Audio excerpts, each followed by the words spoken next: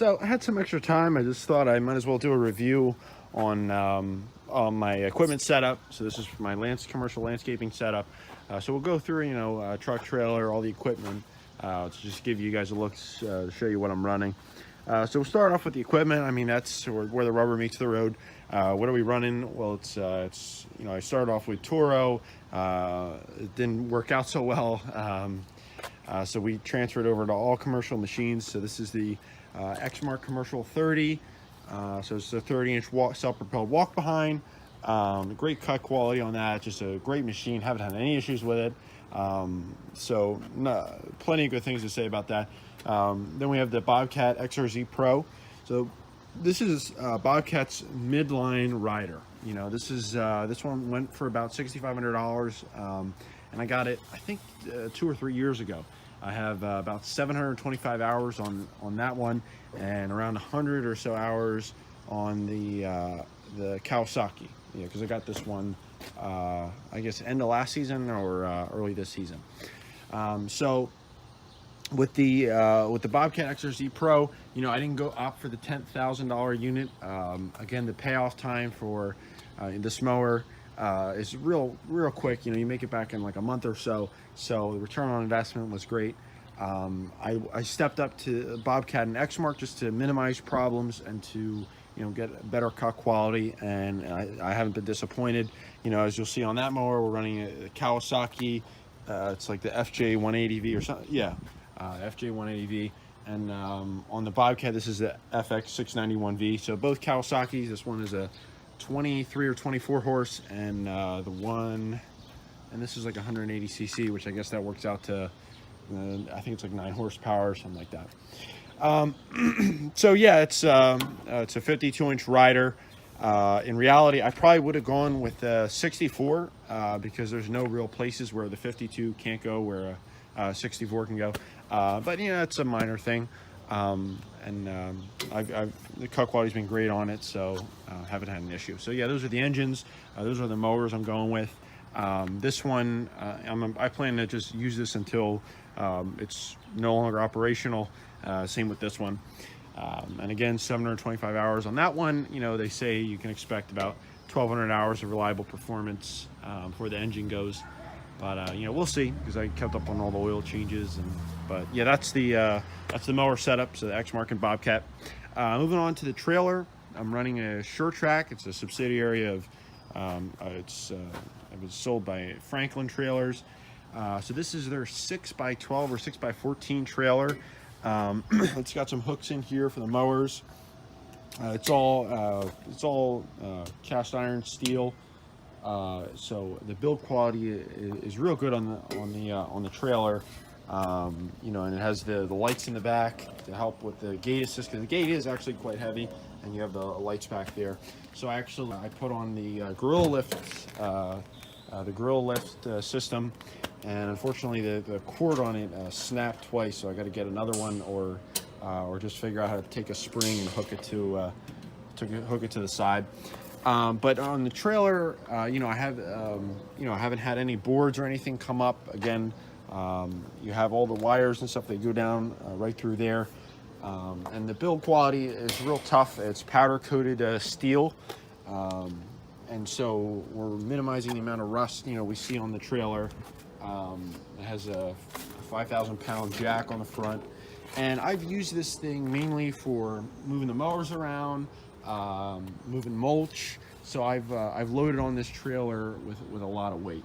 I think it's Constancy tires. We got a bunch of tread left on those tires.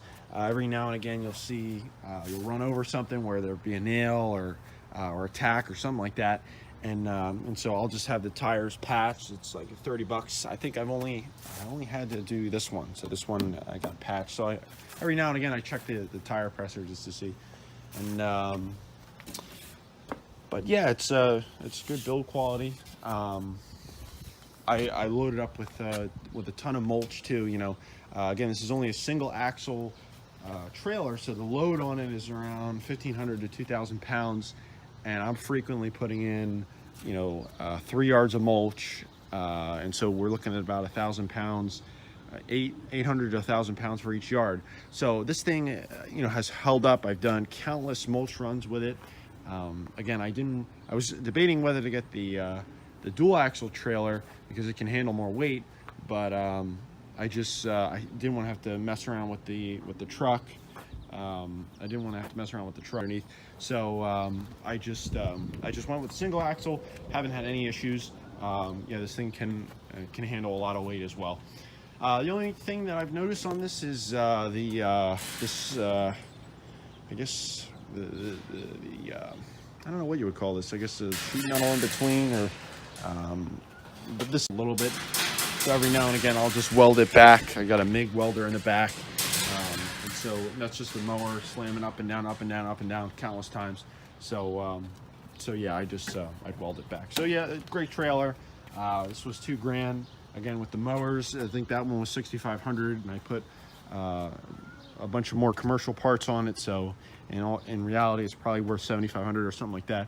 And then this one was like $2,000. So that's sort of the core essentials of the business there. Those are the assets there. And then this is a 2013 Toyota Tundra. So I got this, it only had one owner, and it only had 30,000 miles on it, so I got a good deal. But yeah, I wanted a Japanese engine. I like the look of the Fords. They're not as reliable as the Tundras. Again, you might sacrifice a little bit of the looks, the reliability, but I think it's a good looking truck. So I like it. And plenty of space in the interior. I have to clean it out because there's a ton of crap in there. You can see got the cooler, and I keep all my tools and stuff in the back, so it's a ton of stuff. It's sort of a mess right now, so I got to clean it out. But yeah, it was a great truck. I think it's a 4.6 liter V8. So in reality, I might have gone for the 5.7 because again, the fuel efficiency gain on the 4.7 to the 5.6 is not that much. But it was a one owner truck, and they took immaculate care of it. So I just went ahead and got this one. Haven't regretted this decision. Great truck, no issues. I'm just running full synthetic in it, so you haven't had any problems there. Moving on to the 2-cycle equipment, that's another key essential of the business. I'm running Stihl and Red Max. Red Max, you'll see commercial guys use those all the time. It's just they're the standard for leaf machines and cleanups. Nothing comes close to this. The CFM and the speed of those blowers are just amazing. I know Stihl has the new BR 700, and I haven't tried that.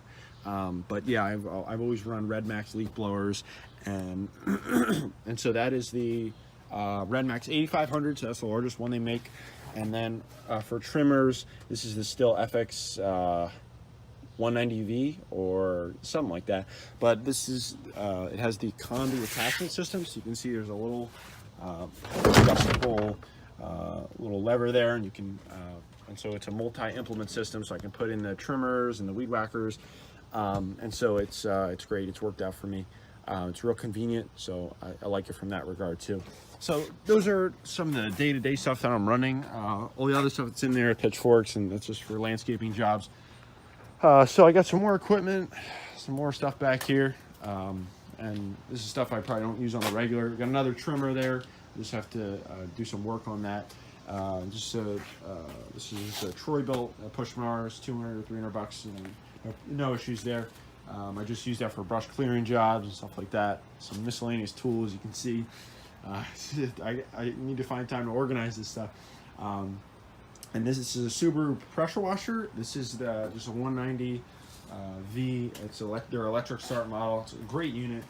I got some snow blowers back there. We got the Airings, Deluxe 28, and this is an early one that I got. This is a Craftsman 24-inch. And then I have this heavy-duty Stihl MS291. So this was I think it was like $500 or $600, but it was a real great saw. So and then the welder. So that's a general overview of a lot of the equipment that I'm running. So hopefully that gives you an idea. I'll do individual equipment reviews on all the stuff, so you guys can check that out. But yeah, it's what I'm running. It's good stuff. Yeah, it hasn't let me down. So yeah, Thanks for watching, guys. Have a good one.